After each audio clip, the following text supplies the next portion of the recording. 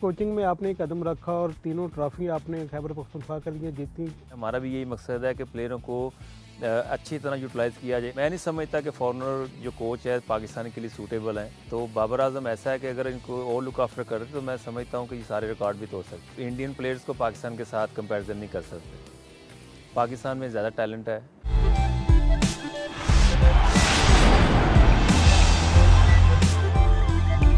बिस्मिल्लाहिर्रहमानिर्रहीम। मैं हूं मोहम्मद यूसुफ अंजम। इनसाइड आउट में आज हमारे साथ मेहमान हैं बहुत ही ख़ास, जिन्होंने ना सिर्फ बैटिंग और बॉलिंग में पाकिस्तान की कामयाबियों में अहम किरदार अदा किया, बल्कि अब उन्होंने कोचिंग के मैदान में कदम रखा है और खैबर पख्तूनख्वा टीम के लिए उन्होंने 3 ट्रॉफ़ी अपने नाम की हैं। तो इनसे मुलाकात करते हैं। हमारी मुराद अब्दुल रज़ाक जी। रज़ाक, सबसे पहले तो वक्त देने का शुक्रिया।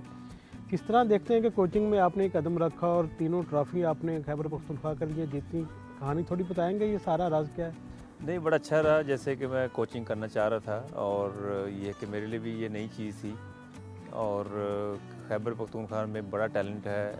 हमने सिर्फ उनकी लुक आफ्टर की, उनको अच्छा यूटिलाइज़ किया, तो जिसके नतीजे में हमें रिज़ल्ट मिले और हमने कोई हार्ड डिसीजन भी लिए। और मैं समझता हूँ कि वो जो डिसीजन थे वो हमारी कामयाबी के लिए बड़े अच्छे रहे और जिससे लड़कों में एक यूनिटी आई और लड़कों ने परफॉर्म किया।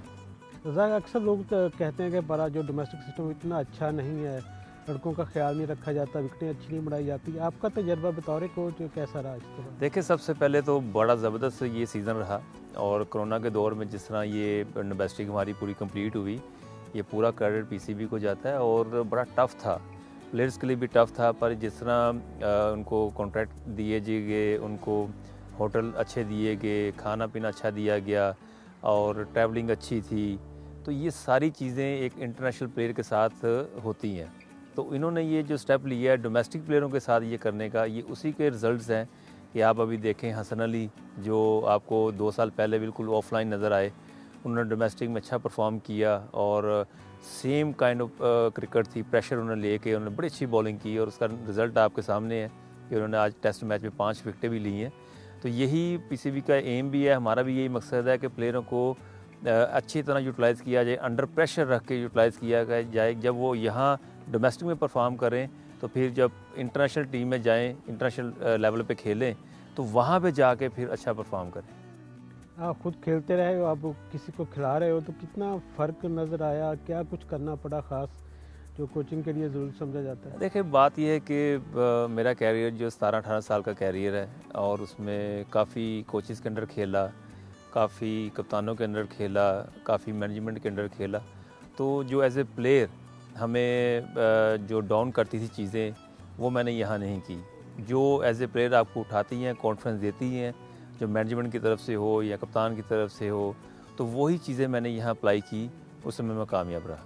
ये भी कहा जाता है कि जो एक अच्छा खिलाड़ी हो तो वो अच्छा कोच, ये ज़रूरी नहीं कि अच्छा कोच भी साबित हो। तो आपका तजर्बा तो थोड़ा इस हवाले से काफ़ी मुख्तलिफ नज़र आ रहा है। देखिए, मेरा एक शुरू से ही है, अपनी एक सोच है कि इंसान को अच्छा इंसान भी होना चाहिए और अच्छे प्लेयर के साथ अच्छा इंसान भी होना चाहिए और अगर आप कोच बनते हैं तो उसके साथ अच्छा इंसान भी होना चाहिए। जिस फील्ड में भी आप जाएं वहाँ पे आपको अच्छा होना चाहिए दिल से। डेलिबरेटली शो ऑफ नहीं होना चाहिए। ये अल्लाह ताला की ज़ात ऊपर बैठी हुई है, वो आपकी नीयतों के फल देती है। तो यही मेरा मकसद है और मैं इसी पे बड़ा मेरा ईमान है। और जैसे एज़ ए प्लेयर मेरा इस पे ईमान था, अब कोचिंग में आया हूँ तो मेरा इसमें ईमान है। इसमें कामयाबी हुई, सम टाइम आपको नहीं भी कामयाबी मिलती, पर आप अपनी तरफ से पूरा 100% देते हैं। प्लेयरों के साथ आप इंसाफ करते हैं, मेरिट पे काम करते हैं, किसी के साथ नाइंसाफ़ी नहीं होने देते। तो ये चीज़ें जब आप करते हैं तो कुदरती तौर पे ब्लेसिंग आती है और एक मोमेंटम बनता है। तो आपने अगर देखा होगा हमारे तीनों फॉर्मेटों में T20, 4 डे और 1 डे में हमारा मोमेंटम बना है और मोमेंटम बनने के बाद हमने दूसरी टीमों को बड़े आराम से मैचेस हराए। T20 में हमारे इंटरनेशनल प्लेयर ज़्यादा थे, लोगों का ये ख्याल था कि इंटरनेशनल टेस्ट प्लेयर इनके पास हैं इसलिए ये कामयाबी मिली, पर 4 डे में हमारे पास कोई टेस्ट प्लेयर ज़्यादा नहीं थे। 1 डे में देखा जाए तो हमारे पास कोई टेस्ट प्लेयर नहीं थे। तो हमने जो एक पिछले 2-3 साल से प्लेयर चलते आ रहे थे उनको ही यूटिलाइज़ किया और कुछ लोग ऐसे थे, कुछ ऐसे प्लेयर थे जो ग्रेड 2 में थे, उनको हमने प्रमोट करके ग्रेड 1 में लेके आया है। हालांकि उनकी इतनी अच्छी परफॉर्मेंस नहीं थी। हमने उनको देखा, हमने जो हमारी मैनेजमेंट थी, जैसे आफ्ताब मेरे साथ थे, उनसे मशवरा किया। फिर कप्तान हमने खालिद उस्मान को रखा, उन्होंने बड़े अच्छे मशवरे दिए जो बड़े इफ़ेक्टेबल थे और प्लेयरों के हिसाब से उनके लिए बहुत अच्छा फ़ायदा मिल गया। और यही फ़ीडबैक मैं हमेशा कहता हूँ कि कोच की तरफ से फ़ीडबैक मत लिया करें, आप प्लेयर्स से फ़ीडबैक लें। आप जो मेरे अंडर रहे हैं उनसे फ़ीडबैक लें, वो फिर आपको बताएंगे कि जी हमारे मैनेजमेंट में लोग कैसे थे, हमारा कोच कैसा था, हमारा कप्तान कैसा था। जब वो अगर तारीफ़ करते हैं तो फिर बड़ी खुशी होती है। और इसमें आपको इंसाफ करना चाहिए, ये नहीं कि वो पूछे तो आप उसके ऑपोज़िट चीज़ हो तो आप बताएं किसके ऑपोज़िट। मैं इस चीज़ पे कायल नहीं हूँ और सच बोलें, जो उन्होंने देखा, जो उन्होंने फ़ील किया, तो ये चीज़ बड़ी अच्छी होती है। रज़ाक, कितनी कामयाबियों के बाद तो अगली मंजिल तो पाकिस्तान टीम की कोचिंग का, इसका क्या ख्वाब है, ज़हन में इरादा है, कभी अगर मौका मिला तो उसके लिए भी यकीनी तौर पर बेहतरी करने की कोशिश करेंगे? देखें, अभी जो मैनेजमेंट में है पाकिस्तान टीम में बहुत अच्छा जा रहा है और उनका एक्सपीरियंस भी काफ़ी है। और मैं शुरू से ही मेरा एम था कि अंडर 13, अंडर 16, अंडर 19 में मैं काम करूं, कि वहाँ पे मैं डेवलप करूं प्लेयर्स को। और जितना में टैलेंट था और जो चीज़ें मेरे पास एक्सपीरियंस है वो मैं शेयर करूं, उनको पॉलिश करूं। क्योंकि हम भी अंडर 16 से आए और उसके बाद अंडर 19 खेले, तो यहाँ पे अगर मैं रहूँगा तो ज़्यादा मेरे लिए फ़ायदेमंद होगा। मैं जी यंगस्टर को अच्छा टीच कर सकूँगा और उनका कैरियर बना सकूँगा और उनको अच्छा प्लेयर और उसके साथ अच्छा इंसान ये बना सकूँ। रज़ाक, ये भी तो कहा जाता है कि कोच वो अच्छा होता है जिसने लेवल 1, लेवल 2, लेवल 3, लेवल 4 की जितने भी कोर्सेज वो किए हों। तो आप तो इतने ज़्यादा कोर्सेज आपने नहीं किए, तो फ्यूचर में कोई इरादा है कि ये जो एजुकेशन के हवाले से है कि कोर्सेज किए जाएँ, उस जाना भी आप आएंगे? जी, डेफिनेटली बड़ा फ़ायदा होता है इससे। अगर लेवल 3 भी करते हैं तो उससे बड़ा आपको एक वे मिल जाता है कि किस तरह आपने प्लेयर के साथ काम करना है। तो बात तो वही आ जाती है कि ग्राउंड में जो आपके पास एक्सपीरियंस होता है, अब हमने जितनी क्रिकेट खेली हुई है और जब प्रेशर पड़ता है प्लेयर्स पे या सिचुएशन आपके अगेंस्ट होती है, तो वो फिर लेवल 3, लेवल 4 में इन चीज़ों की कोई ना सवाल है ना जवाब है। तो वो जो एक प्लेयर होता है वो ही फील कर सकता है और ये समझे प्लस पॉइंट है। अगर आपने लेवल 3 भी किया हुआ है तो वो प्लेयर्स के लिए बड़ा बेनिफिट है उसमें, क्योंकि काफ़ी चीज़ें फिर आपको मेंटली तौर पे जहाँ आप डिस्टर्ब होते हैं, तो जब आपने लेवल 3, लेवल 4 किया होता है तो उसमें काफ़ी चीज़ें मिलती हैं कि आपने कैसे रखना है। पर ये कि एंड ऑफ द डे आपको जो ग्राउंड में मोमेंटम चल रहा होता है, सिचुएशन चल रही होती है, उसमें फिर अगर आपके पास एक्सपीरियंस है, आप उस सिचुएशन से गुजर चुके हैं, तो वहाँ पे आप, मैं समझता हूँ, प्लेयर्स को अच्छा गाइड कर सकते हैं। आगे बहुत सी क्रिकेट आने वाली है, पाकिस्तान टीम के बहुत से टूर भी किए सामने आ रहे हैं, तो देखते हैं कि जो खामी इस वक्त टीम में है उनको अगर थोड़ी सी और मेहनत किया जाए, जिस तरह फ़हीम अशरफ ने परफॉर्म किया है, तो और भी अच्छे खिलाड़ी सामने आ सकते हैं अगर थोड़ा सा उनको एतमाद दिया जाए, फोकस किया जाए उन पर। नहीं, डेफिनेटली देखें, इस बार फ़हीम अशरफ बड़ा अच्छा जा रहे हैं और आप देखें हसन अली भी अब बॉलिंग में बड़ा अच्छा जा रहे हैं। बैटिंग में उनको थोड़ी सी इम्प्रूवमेंट की ज़रूरत है, क्योंकि फिर भी ये क्रिकेट ऐसी है कि आपको ऑलराउंडर बनने के लिए कि फिटनेस लेवल भी वैसा ही होना चाहिए कि जब आप 50 स्कोर कर देते हैं उसके बाद बॉलिंग में प्रॉब्लम होती है आपको। तो ये है कि अच्छी ओवरऑल देखें, न्यूजीलैंड टूर के बाद बड़ा अच्छा पाकिस्तान टीम ने कमबैक किया। साउथ अफ्रीका की बड़ी अच्छी टीम है, ठीक है होम कंडीशन है, पर ये कि ओवरऑल परफॉर्मेंस बड़ी नज़र आई है। नुमान अली हैं, देखे वो भी बड़ा अच्छा उन्होंने परफॉर्म किया। तो ये वही लड़के हैं जिनको पिछले सालों में इग्नोर किया जा रहा था। तो इस बार सबसे अच्छी बात ये हुई है कि जिन्होंने परफॉर्म किया है और जिस स्ट्रक्चर में उन्होंने परफॉर्म किया है वो सिमिलर इंटरनेशनल लेवल का प्रेशर था, तो जब उन्होंने परफॉर्म किया तो फ़ौरन उनको पाकिस्तान टीम में मौके मिले। तो ये बड़ा अच्छा स्टेप है। मैं समझता हूँ कि जो हमारे चीफ सेलेक्टर है मोहम्मद वसीम, ये अच्छी चीज़ है, प्लेयरों के लिए बड़ा अच्छा है और उनके लिए एक और इनको वे मिल गया कि अगर डोमेस्टिक में परफॉर्म करते हैं तो उनके लिए कोई वजह नहीं कि वो सीधा पाकिस्तान टीम में जाके हिट करें। रज़ाक, अपने करियर में आपने मुल्की कोचेज़ के साथ, गैर मुल्की कोचेज़ के साथ भी आपने उनके साथ भी काम किया, उस प्लेइंग का हिस्सा रहे, आप खुद भी कोच हैं, तो कैसे देखते हैं कि पाकिस्तान के लिए कौन सा मुल्की कोचेज़ ही ज़्यादा बेहतर हैं बनिस्बत गैर मुल्की कोचेज़ के? देखिए, हर बंदे की अपनी सोच होती है और मैं इस चीज़ पे हूँ कि हमने काफ़ी एक्सपेरिमेंट किए और रिक्वेस्ट मेरी यही है कि अब एक्सपेरिमेंट मत किए जाएं और जो लोकल कोचेज़ हैं वो बेहतर समझ सकते हैं प्लेयर्स को और वही रहने चाहिए।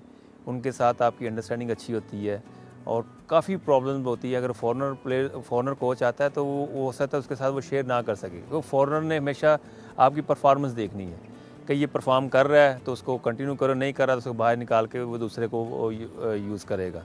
तो मैं नहीं समझता कि फॉरेनर जो कोच है पाकिस्तान के लिए सूटेबल हैं, और बिल्कुल ये एक आप कह सकते हैं कि अच्छी सोच नहीं है कि हमने काफ़ी एक्सपेरिमेंट कर लिए, अब हमारे पास मौका नहीं है। अब यही है कि हम जो हमारे लोकल्स कोचेज़ हैं उनको साथ रख के प्लेयरों को कॉन्फिडेंस दे के हम नंबर 1 की रैंकिंग में जाएं। रज़ाक, देखते हैं कि पूरे डोमेस्टिक में पे जितने भी लड़कों ने परफॉर्म किया उसमें कोई अब्दुल रज़ाक बनने की हैसियत रखता है? देखिए अभी टू अर्ली है। जैसे हमने डिफ़ाइन किया था मोहम्मद वसीम है, और उसके बाद मोहम्मद इमरान है, और इन्होंने बड़ा अच्छा शो किया, और ये ज़बरदस्त मैं समझता फ्यूचर में हमारी प्रोडक्ट है। अरशद इकबाल है, इरफान शाह है, तो ये ऐसे प्लेयर थे कि जिनको बिल्कुल इग्नोर किया गया हुआ था। तो अब उनको हम एकदम से हाई लेवल पे लेके आए हैं, तो उन्होंने परफॉर्म किया। तो हम यही इसके साथ ये भी वर्किंग कर रहे हैं कि जो मेंटली स्ट्रॉन्ग हो, जो प्रेशर को हैंडल करना जानता हो और प्रेशर में आके परफॉर्म करना जानता हो, मैं इस चीज़ पे ज़्यादा फोकस करता हूँ। ये नहीं कि एक प्लेयर ने ज़्यादा विकेट ले रहा है, जब आपके पास सेमीफाइनल या फाइनल आए वहाँ पे बिल्कुल फ्लैट हो जाए। तो ऐसे प्लेयरों को हम बिल्कुल साइडलाइन कर रहे हैं, उनकी कोई जगह नहीं है इस लेवल पे खेलने के लिए। तो हमें वो प्लेयर डेवलप करने हैं जो इंटरनेशनल लेवल पे जाके वहाँ प्रेशर ज़्यादा है वहाँ परफॉर्म करें। बाबर आजमी के लोग मिसालें देते हैं कि जिस तरह उसने ख़ुद को एडजस्ट किया हर किस्म के हालात में परफॉर्म करके साबित किया कि प्रेशर इतना ज़्यादा नहीं लेना चाहिए, अपने गेम पर फोकस करना चाहिए। तो आपको बाबर आजम का ये स्टाइल कैसा लगा? देखिए मेरे अंडर वो 5-6 साल से ZTBL में खेले हैं और बिल्कुल यंग थे। तो हमने जब तक मैं कप्तान रहा हूँ मैंने उनको कभी ड्रॉप नहीं किया। बहुत ही टैलेंटेड थे और बड़े डिसेंट बैट्समैन थे, और उन्होंने फिर प्रूव किया और अब नंबर 1 रैंकिंग में है पूरे वर्ल्ड में। तो मैं समझता हूँ कि बात वही कॉन्फिडेंस की आ जाती है। तो बाबर आजम ऐसा है कि अगर इनको और लुक आफ्टर करते तो मैं समझता हूँ कि ये सारे रिकॉर्ड भी तोड़ सकते। लोग मुवाजना करते हैं विराट कोहली से कि बाबर आजम और विराट कोहली अब ज़्यादा नुमाया इतना आ रहे हैं सामने, इतना फ़र्क नहीं रहा दोनों में दिखाई दे रहा। आप एज ए क्रिकेटर कैसे देखते हैं दोनों को? देखिए पहली बात तो ऐसी बात करनी नहीं चाहिए, और आप इंडियन प्लेयर्स को पाकिस्तान के साथ कंपैरिजन नहीं कर सकते। पाकिस्तान में ज़्यादा टैलेंट है, और अब देखा जाए पाकिस्तान के पास जितने बड़े बड़े नाम गुजरे हैं आप उनके साथ कंपैरिजन कर सकते हैं। हमारे पास मोहम्मद यूसुफ गुजरे हैं, इंजमामुल हक गुजरे हैं, सईद अनवर गुजरे हैं, याज अहमद गुजरे हैं। तो अगर हम जावेद मियांदाद गुजरे हैं, ज़हीर बाज गुजरे हैं, तो मैं समझता हूँ इन लोगों के नाम आने चाहिए हमारे प्लेयरों के साथ। तो विराट कोहली बिल्कुल डिफरेंट है, बाबर आजम बिल्कुल डिफरेंट है। अगर देखा जाए टैलेंटेड वाइज पाकिस्तान में बहुत टैलेंट है। अगर यही बात है तो फिर इंडिया और पाकिस्तान के आपस में मैच करवाने होने चाहिए, आपस में क्रिकेट होनी चाहिए, तो फिर आपको पता चल जाएगा कौन बड़ा प्लेयर।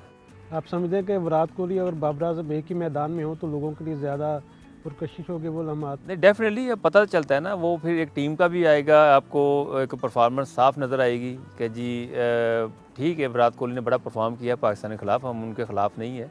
पर ये कि वो उनके कभी हमने ये नहीं सोचा और कभी हमने ये नहीं सुना कि कभी उनके प्लेयरों को पाकिस्तान के साथ कंपैरिजन किया हो। तो जब वो नहीं करते तो हमें भी नहीं करना चाहिए। रज़ाक, पावर हिटर की पाकिस्तान को कहा जाता है कि बहुत सख्त ज़रूरत है। आप अगर इस पे काम करना चाहेंगे तो पीसीबी की हेल्प करने को तैयार हैं आप? ये देखें अभी जैसे कि हम एम्प्लॉयर हैं पीसीबी के, हमारा मकसद यही है कि प्लेयरों में जो चीज़ हम डेवलप कर सकें वो डेफिनेटली करनी चाहिए। और पावर हिटिंग में अगर ज़रूरत पड़ेगी तो मैं हाज़िर हूँ। तो मुझे बस एक कॉल या एक मैसेज आना है तो मैं तो अवेलेबल हूँ। पावर हिटर बनने के लिए क्या सिर्फ ताकत का होना काफ़ी है कि टेक्निक और जहनी स्किल जो आपकी है उसको बढ़ाना पड़ेगा? देखिए इसमें एक विल पावर होती है, विल पावर के साथ आपके पास बॉडी बैलेंस होना चाहिए, बॉडी बैलेंस के साथ आपका एम होना चाहिए, एम के साथ आपकी बैट की स्विंग होनी चाहिए। तो काफ़ी चीज़ें हैं, तो हम यहाँ पे बताना मुश्किल होता है। ये प्रैक्टिकली जब आप काम करते हैं तो उसमें फिर जब आप प्रैक्टिकली करते हैं तो वो फिर ज़्यादा ईजी हो। रज़ाक, जब आप खेलते थे लगता था कि बहुत ही ढीले ढाला सा एक आदमी जा रहा है मैदान में, लेकिन जब बैटिंग और बॉलिंग करते थे लोग हैरान हो जाते थे कि यार ये बंदा क्या कमाल कर रहा है। देखिए एक नेचुरली चीज़ है, और बात वही चीज़ आ जाती है कॉन्फिडेंस की।